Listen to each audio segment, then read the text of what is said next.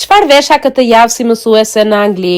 Do t'u tregoj 4 veshje në video, por 3 veshjet e para janë që i vesha gjatë javës në shkollë. Veshja e 4 është që i vesha të shtunë që shkuam në birthday party tek një shok i djalit që kishte ditëlindjen. Kjo ishte veshja e parë që vesha, do më thoni pse 3 veshje dhe jo 5, se punoj part-time në shkollë. Edhe ndaja punoj 3 ditë në javë, ndaj do shikoni 3 veshje. Kjo ishte veshja e dytë.